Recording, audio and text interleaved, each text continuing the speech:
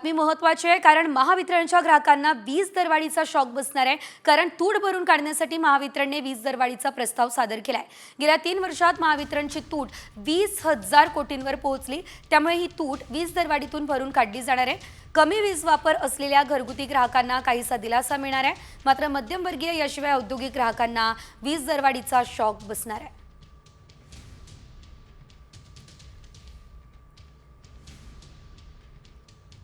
विजेचा वापर 101 ते 300 युनिट असेल तर सध्याचा दर आपण पाहतोय 10.29 इतका आहे।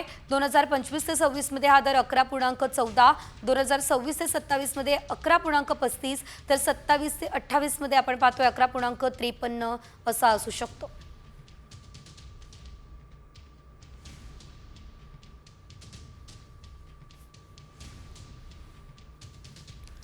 तर विजेचा वापर जर 301 ते 500 युनिट असेल तर सध्याचा दर 14.44 आहे। मात्र 2025-26 मध्ये 15.49, 2026-27 मध्ये 15.37 तर 2027-28 मध्ये 15.58 रुपये इतका दर हा असू शकतो। सध्याचा दरही आपण पाहतोय आणि संभाव्य दर सुद्धा आपण पाहतोय।